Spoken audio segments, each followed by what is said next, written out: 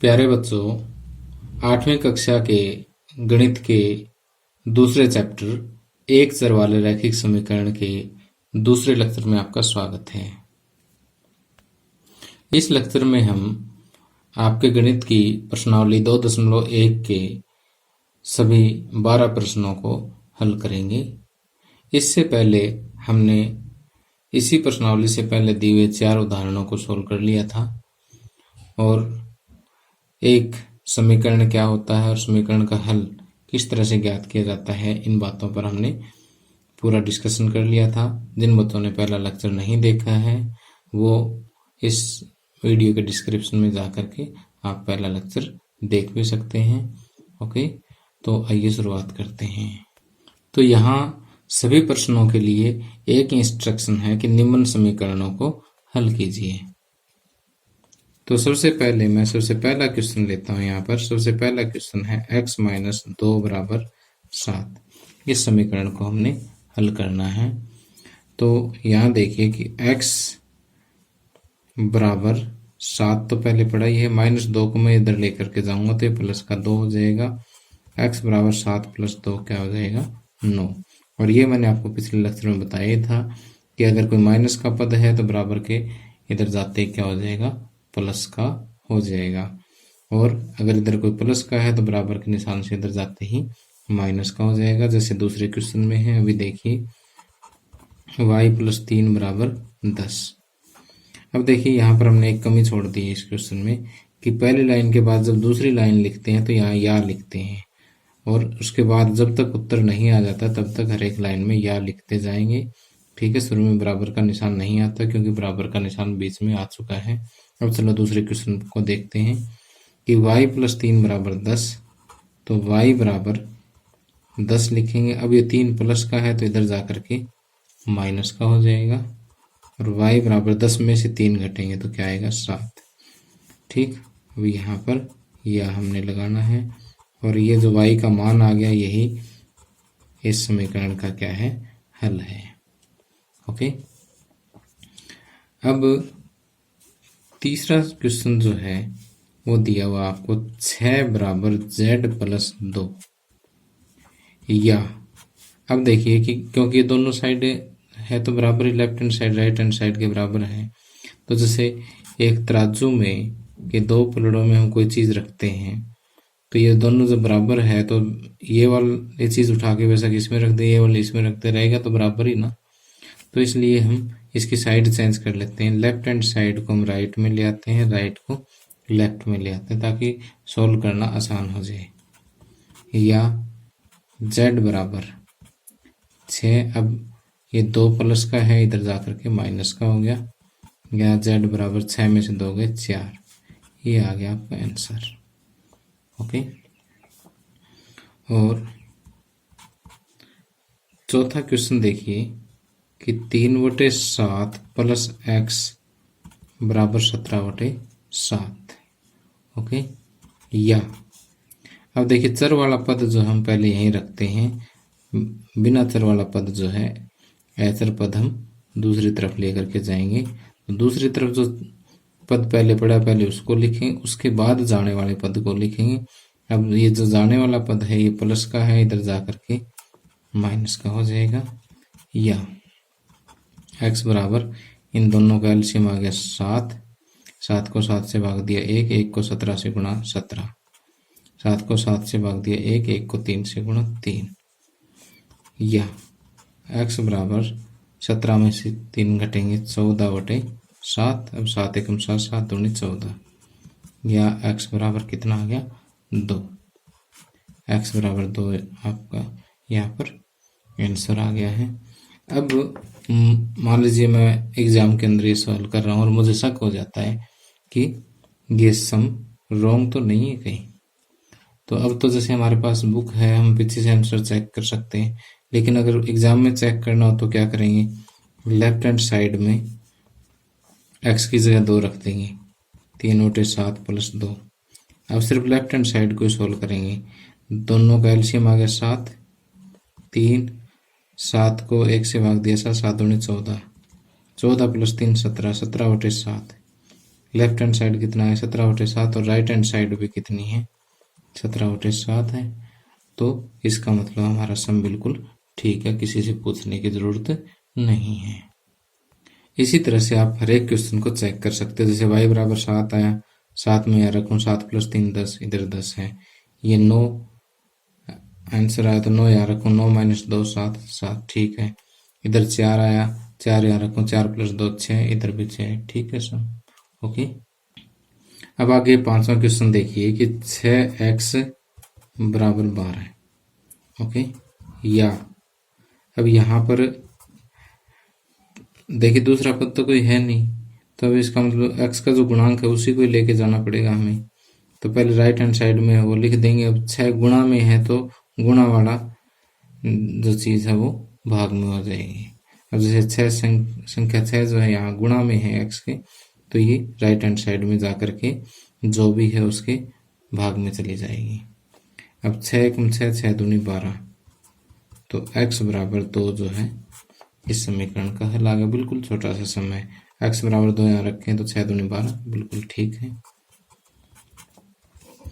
अब छठा सम भी बिल्कुल छोटा सा ही सम है, t/5 बराबर 10। ओके, अब देखिए यहाँ पर एक ही पद है, वही चर वाला है, तो चर के साथ जो कुछ भी है उसको हमें राइट में ले जाना पड़ेगा। एचर वाला होता तो पहले हम उसको लेके जाते। तो t/5 है तो पहले तो t के बराबर में लिखते हैं, जो भी है 10 था लिख दिया, 5 यहाँ भाग में है तो इधर जाकर के क्या हो जाएगा गुणा में हो जाएगा, या t बराबर क्या हो जाएगा 5 × 50। t बराबर 50 रखें, 50/5, 5 × 50 10 ही आएगा। तो आंसर बिल्कुल सही है। ओके, इसी तरह से 7वां सम देखिए कि 2x/3 बराबर 18 है। 2x/3 बराबर 18 है। या अब देखिए कि यहाँ पर जो 3 है पहले मैं उसको लेके जाऊंगा इधर, तो 2x बराबर 18, 3 यहाँ भाग में था तो इधर हो गया गुणा में। अब इस 2 की बारी आ गई, 18 × 3, 2 गुणा में था ये भाग में चला जाएगा। अब इसको कट कर लो, 2 1 2 2 में 18, या x बराबर 9 3 27 आंसर आ जाएगा। तो कहने का मतलब ये है कि लेफ्ट हैंड साइड में सिर्फ आपको चर ही छोड़ना है, बाकी सारा कुछ राइट हैंड साइड में लेकर के जाना है। ओके, तो अब आगे 8वां क्वेश्चन देखिए, यहाँ पर दिया कि 1.6 बराबर y/1.5। तो जब चर राइट में हो तो पहले तो इसकी साइड चेंज कर दो, लेफ्ट हैंड साइड को right hand side, right hand side को लेफ्ट हैंड साइड बना दो कि y/1.5 बराबर 1.6, ठीक। या y बराबर 1.6, 1.5 इधर भाग में है, इधर जाकर के गुणा में हो जाएंगे, ठीक। अब देखिए इनकी गुणा करेंगे, 15 × 6 = 90 की 0 हासिल 9, 15 × 1 = 15 और 9 24, फिर 1 और 2 अंकों के बाद दशमलव, दशमलव के बाद 0 का कोई ज़्यादा महत्व नहीं है, इसलिए 2.4, या y बराबर 2.4 जो है वो आंसर आ जाएगा। ओके, अब आगे 9वां क्वेश्चन है 7x - 9 बराबर 16। तो यहाँ पर देखिए कि यहाँ इस पद में तो चर है, इसमें चर नहीं है, तो पहले बिना चर वाला पद राइट में लेकर के जाते हैं, या लिखेंगे पहले 7x बराबर 16, माइनस का 9 है तो इधर जाकर के प्लस का 9 हो जाएगा, या 7x बराबर 16 + 9 कितना हो गया 25, या x बराबर 25, ये 7 गुणा में तो ये भाग में चला जाएगा, तो x बराबर 25/7 जो है इस सवाल का आंसर आ जाएगा। आप चाहो तो यहाँ पुट करके और सॉल्व करके देख सकते हैं, ठीक। अगर रखेंगे तो 7 गुणा x की जगह 25/7 -9, सिर्फ लेफ्ट हैंड साइड चेक करते हैं, 7 से 7 कट गया, 25 में से 9 गया, कितना आ गया 16, वही राइट हैंड साइड में, इसका मतलब सम हमारा ठीक है, ठीक। अब 10वां क्वेश्चन 14y - 8 बराबर 13। तो 14 बराबर 13, ये माइनस का 8 है, इधर जाकर के प्लस का 8 हो जाएगा। 14 बराबर 13 + 8 कितना हो गया 21, और y बराबर 21/14, और यहाँ पर हम या भी लगाते रहेंगे। y बराबर ये 7 से कट जाए, 7 दूनी 14, 7 × 21, y बराबर 3/2 जो है वो उत्तर आ जाता है। अब आगे देखिए 11वां सम है 17 + 6p बराबर 9। अब देखिए यहाँ पर जो चर वाला पद है उसको मैं लेफ्ट में रख लेता हूँ एक बार, बराबर 9, और ये 17 मैं इधर लेकर के जाता हूँ। ठीक, या 6p बराबर 17 में से 9 गए 8, और बड़ी संख्या के साथ माइनस का निशान है तो यहाँ पर भी माइनस का ही आ जाएगा। या p बराबर -8/6 है, तो ये 2 पे कट जाए, 2 × 3 = 6, 2 × 4 = 8, या p बराबर -4/3 जो है आपका आंसर आ जाएगा। ठीक, इसी तरह से अगर मैं 12वां क्वेश्चन देखूं तो 12वें क्वेश्चन में आपको दिया हुआ कि x/3 + 1 बराबर 7/15 है। तो यहाँ देखिए x/3 बराबर 7/15, और ये प्लस का 1 इधर जाकर के माइनस का हो जाएगा। तो पहले राइट हैंड साइड को सोल्व करते हैं, उसके बाद हम 3 को उधर ट्रांसफर करेंगे कि इन दोनों का एलसीएम आ गया 15, 15 को 15 से भाग दिया 1, 1 को 7 से गुणा 7, 15 को 1 से भाग दिया 15, 15 × 1 = 15,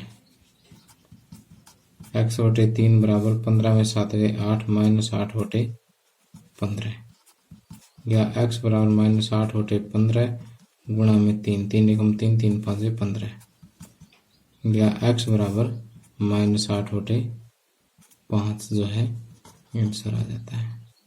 ओके,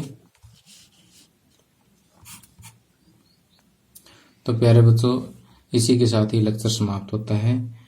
अगले लेक्चर में हम जो समीकरण अभी हमने पढ़े हैं इनसे संबंधित वर्ड स्टेटमेंट वाले जो क्वेश्चन हैं कि दैनिक जीवन में इन समीकरणों का कहाँ प्रयोग होता है, ऐसी कौन कौन सी समस्याएं हैं जो हम इन समीकरणों से हल कर सकते हैं, तो ऐसे क्वेश्चंस हम डिस्कस करेंगे। और इन चीज़ों को सीखते हुए हम प्रश्नावली 2.2 से पहले जो उदाहरण दिए हुए हैं उन उदाहरणों को हम सॉल्व करेंगे। Thank you, have a nice day.